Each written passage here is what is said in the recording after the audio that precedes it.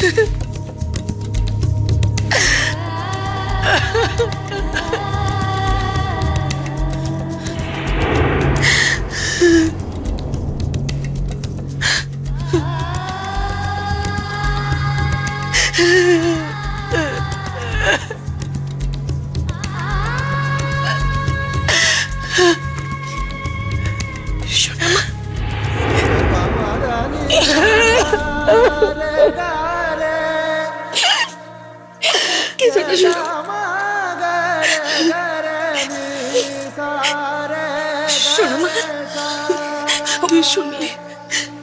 শুনলি কোমল ওরা কিরম করে কি সব বললো তুই শুনলি?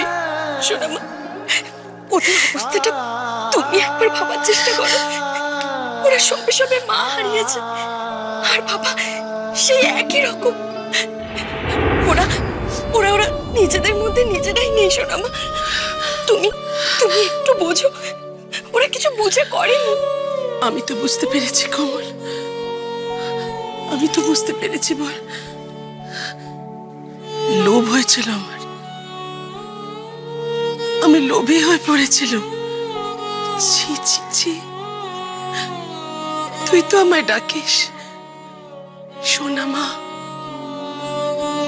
আমার তাতে লোভ মিটলো না, আশ মিটলো না তাতে আমার।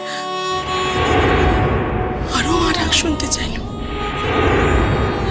আরো মা ডাক। আমি ভুলে গেলাম আমার কপালে কিচ্ছু নেই, আমি ভুলে গেলাম আমার কপালে স্বামী নেই, সংসার নেই, সন্তান নেই। আমি সব ভুলে গেলাম। কেন কেন আমি খোদার উপর ভোটকারি করতে গেলাম? ঠিক হয়েছে, উচিত শিক্ষা হয়েছে আমার, শাস্তি পেয়েছি। ঠিক হয়েছে, ঠিক হয়েছে। শোনো, এভাবে ভেঙে পড়ো না। তুমি তুমি তো এত নরম নও, নিজেকে একটু শক্ত করো না সোনামা, একটু শক্ত করো। দেখো দেখো, সব ঠিক হয়ে যাবে। কিচ্ছু ঠিক হবে না, কিচ্ছু ঠিক হবে না বল, কিচ্ছু ঠিক হবে না। ওরা আমাকে কোনোদিন মা বলে ডাকবে না কমল, কোনোদিন ডাকবে না মা বলে। ওরাই তোমাকে বলে ডাকবে।